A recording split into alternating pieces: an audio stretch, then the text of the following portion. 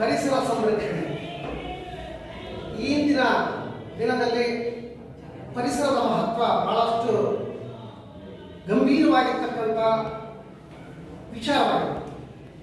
ಈ ಪರಿಸರವನ್ನ ಯಾವ ರೀತಿ ನಾವು ಬೆಳೆಸ್ಕೊಳ್ಬೇಕು, ಯಾವ ರೀತಿ ಬಳಸ್ಕೊಳ್ಬೇಕು ಎನ್ನುವಂಥದ್ದನ್ನ ನಾವು ಈ ನಿತ್ಯ ಜೀವನದಲ್ಲಿ ಕಲಿಸ್ತಕ್ಕಂಥದ್ದು ಬಹಳ ಮುಖ್ಯ ಅಂಶ ಆಗಿದೆ.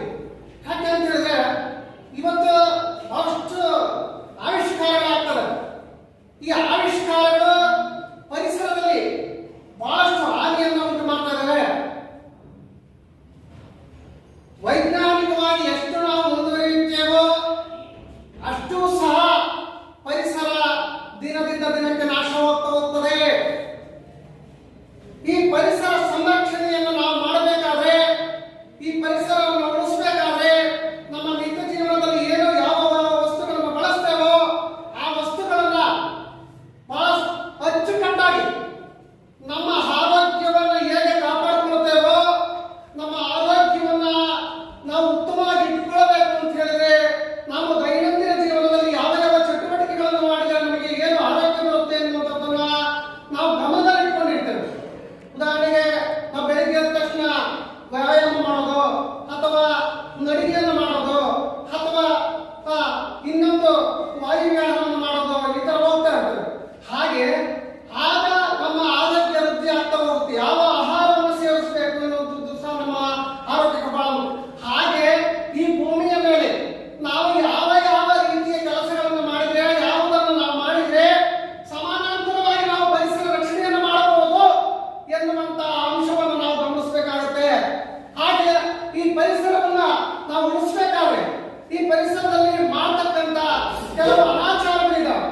ಅನಾಚಾರಗಳು ಅಂದ್ರೆ ಈಗ ಉದಾಹರಣೆಗೆ ನಾವು ಎಲ್ಲಿ ಬೇಕಲ್ಲಿ ಮಲಮೂತ್ರ ವಿಸರ್ಜನೆ ಮಾಡ್ತಕ್ಕಂಥದ್ದು, ಅಥವಾ ಗಿಡಮರಗಳನ್ನ ಕಡಿತಕ್ಕಂಥದ್ದು, ಅಥವಾ ಗಿಡಮರಗಳನ್ನ ಸುಡ್ತಕ್ಕಂಥದ್ದು, ಅಥವಾ ಪರಿಸರದ ಅನೇಕ ರೀತಿಯ ಚಟುವಟಿಕೆಗಳನ್ನು ಮಾಡ್ತಕ್ಕಂಥದ್ದು ಸಹ ಈ ಪರಿಸರದಲ್ಲಿ ದಿನನಿತ್ಯವಾಗಿ ಇರ್ತಕ್ಕಂಥದ್ದು.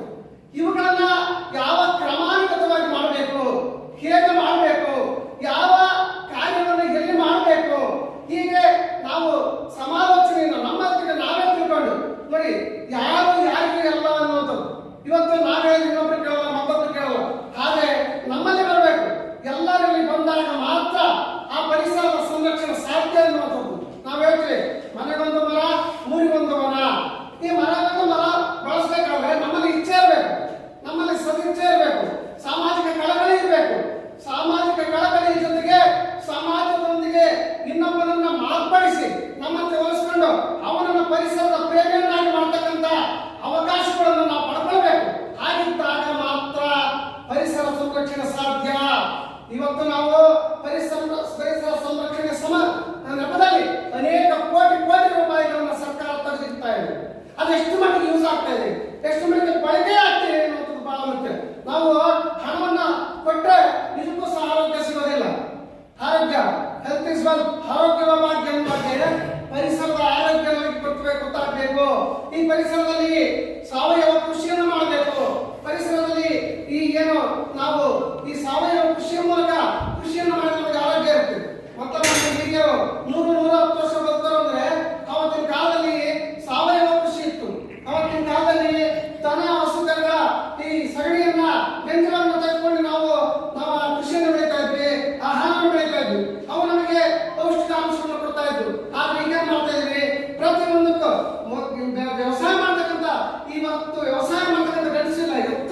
ಒಂದು ಊರಲ್ಲಿ 40-50 ಎತ್ತು ಹುಡುಕೋದು ಕಷ್ಟ ಇದೆ. ಇಂಥ ಒಂದು ದಿನಮಾನದಲ್ಲಿ ಪರಿಸರ ಬಹಳಷ್ಟು ಹಾಳಾಗ್ತಿದೆ. ಎಲ್ಲ ಟ್ರ್ಯಾಕ್ಟರ್, ಎಲ್ಲ ರಾಕೆಟ್, ಎಲ್ಲ ತಂತ್ರಜ್ಞಾನ, ಈ ಎಲ್ಲ ತಂತ್ರಜ್ಞಾನಗಳ ಬಳಕೆಯಿಂದಾಗಿ ನಮ್ಮ ಪರಿಸರ ಬಹಳಷ್ಟು ಅಧೋಗತಿಗೆ ಹೋಗ್ತಾ ಇದೆ. ಈ ಹಿನ್ನೆಲೆಯಲ್ಲಿ ನಾವು ಪರಿಸರ ಸಂರಕ್ಷಣೆ ಮಾಡಬೇಕು ಅಂತ ಹೇಳಿದ್ರೆ, ಪರಿಸರ ಸಮತೋಲನವನ್ನು ಮಾಡಬೇಕು ಅಂತ ಹೇಳಿದ್ರೆ ನಾವು ಪರಿಸರದಲ್ಲಿ ಪ್ರೇಮಿಗಳಾಗಿ ಮತ್ತೊಬ್ಬರನ್ನ ಗುಂಪು ಕಟ್ಟಿಕೊಂಡು ಜೀವನ ಮಾಡೋದ್ರ ಜೊತೆಗೆ ಯಾವ ತ್ಯಾಜ್ಯ ವಸ್ತುಗಳ ಬಗ್ಗೆ, ತ್ಯಾಜ್ಯ ವಸ್ತುಗಳನ್ನು ಎಲ್ಲಿ ಹಾಕ್ಬೇಕು, ಹೇಗೆ ಹಾಕ್ಬೇಕು, ಎಲ್ಲಿ ಮಾಡಬೇಕು, ಎಲ್ಲಿ ಬಳಕೆ ಮಾಡಬೇಕು ಅನ್ನೋದನ್ನ ನಾವು ಗಮನದಲ್ಲಿ ಇಟ್ಕೊಂಡು ಮಾಡಿದಾಗ ಮಾತ್ರ. ಹಾಗೆ ಈ ಪರಿಸರದಲ್ಲಿ ಗಿಡ ಮರಗಳನ್ನು ಹೆಚ್ಚೆಚ್ಚಾಗಿ ಬಳಸೋದ್ರ ಮೂಲಕ, ರಾಸಾಯನಿಕಗಳನ್ನು ಕಡಿಮೆ ಮಾಡೋದ್ರ ಮೂಲಕ, ರಾಸಾಯನಿಕ ಬಳಕೆಯನ್ನು ಕಡಿಮೆ ಮಾಡೋದ್ರ ಮೂಲಕ ನಾವೆಲ್ಲರೂ ಸಹ ಪರಿಸರ ಸಂರಕ್ಷಣೆ ಮಾಡಬಹುದು ಎನ್ನುವಂತ ಮಾತು ನನಗೆ ಇಲ್ಲಿ ಅವಕಾಶ ಮಾಡಿಕೊಟ್ಟಂತ ನಿಮ್ಮೆಲ್ಲರೂ ಬಂದಿಸಿ ನಾನು ಮಾತನ್ನು